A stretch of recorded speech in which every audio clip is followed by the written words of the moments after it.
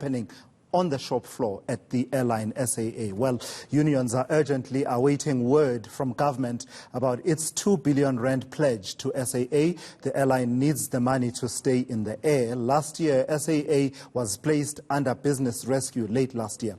I'm joined now in studio by Zanele Sabela from the South African Transport and Allied Workers Union. So Zanele, tell me, what are you being told at this point? I mean, we had a situation where they were saying post-commencement funding, where it was 4 billion rand needed to keep the airline running, nothing fancy, nothing adding to its operations. 2 billion rand was to be obtained from the markets, from the banks, and government was going to come through with the other 2 billion rand. That's where we are. It's unclear whether this money is going to come through. There's a pledge that it will come through, but it's needed now. What are you being told as unions? So the last time we saw the business practitioners was on Thursday, when they were briefing us in terms of those planes that were being sold, the aircraft that were being sold, that they had no clue that this was being done, which is strange because the business practitioners are the people that are now supposed to be in charge of SAA and taking the decisions. The board and everyone else is supposed to just, help them with information or give their advice, but they're supposed to be making these decisions. So they were surprised that there were planes and engines being sold. Wait, are you saying to me the business rescue practitioners who are meant to rescue the business and, in terms of the law, are supposed to assume a kind of power that is responsible for the running of this institution while they assess how to save it, were as surprised about the sale of those 9 planes? Yes. Assets of the business they're trying to save. Yes, they had no clue this was happening. Now, in terms of what they said is that whatever had been planned, before they came through, should actually stop. Everything should be paused. So they were surprised as much as we were surprised that this was happening, and so that leaves us wondering. I have read, however, that they had meetings with the Treasury and Public Enterprises over the weekend. We had actually requested a meeting to meet today at 2 p.m. They didn't come back to us. So I suppose they are busy wherever they are at this point in time. Therefore, we wait to hear from them. How worried are you about the 2 billion rand situation? Because the deadline had been set that if this funding is not obtained by Sunday from the side of the business rescue practitioner, things were supposed to really be curtailed significantly in terms of operations at SAA. That would impact your members. We are worried. We're very worried because you remember that when this business rescue was told, we were all informed. The country was informed about it. Immediately we were told that there'd be 4 billion coming through.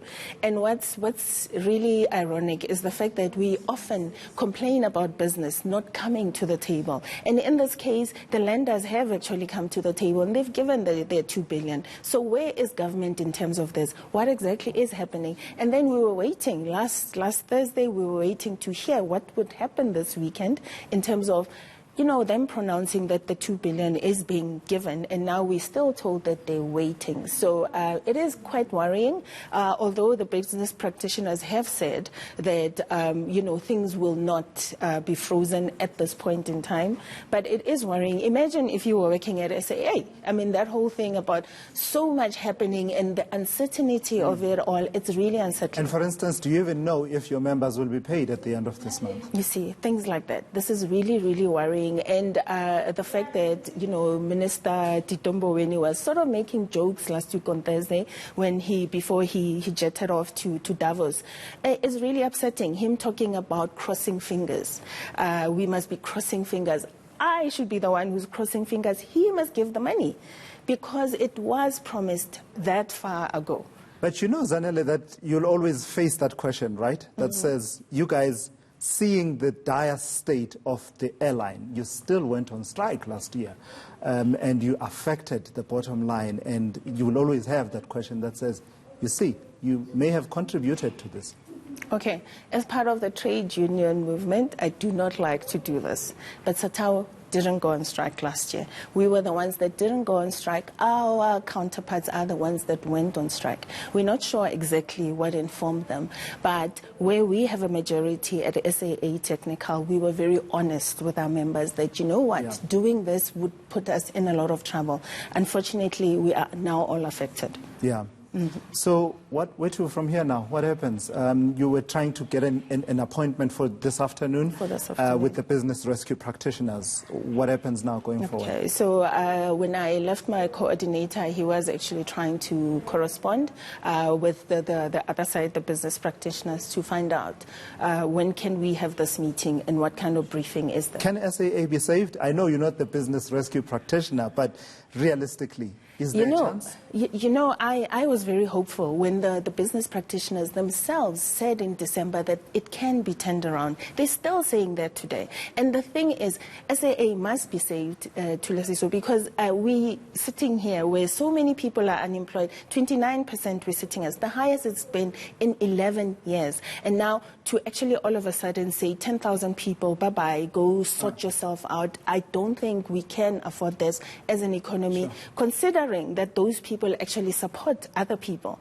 Now, the repercussions of that, you have, someone, one person with one job at SAA supporting at least 5 people to 8 to 10.